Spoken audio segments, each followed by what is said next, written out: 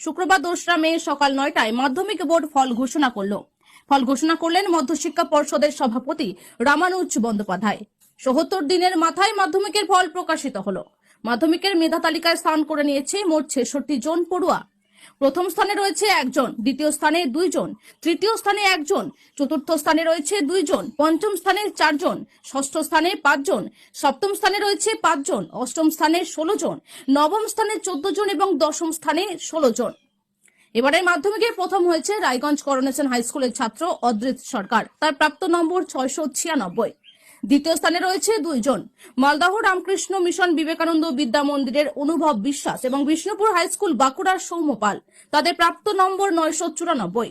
তৃতীয় স্থানে কতুলপুর সরোজবাসিনী বালিকা বিদ্যালয়ের ছাত্র ঈশানী চক্রবর্তী, তার প্রাপ্ত নম্বর 693।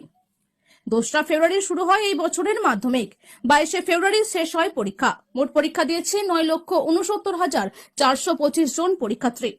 গতবারের তুলনায় 56,827 জন বেশি। ছাত্রীদের সংখ্যা বেশি ছাত্রদের তুলনায়।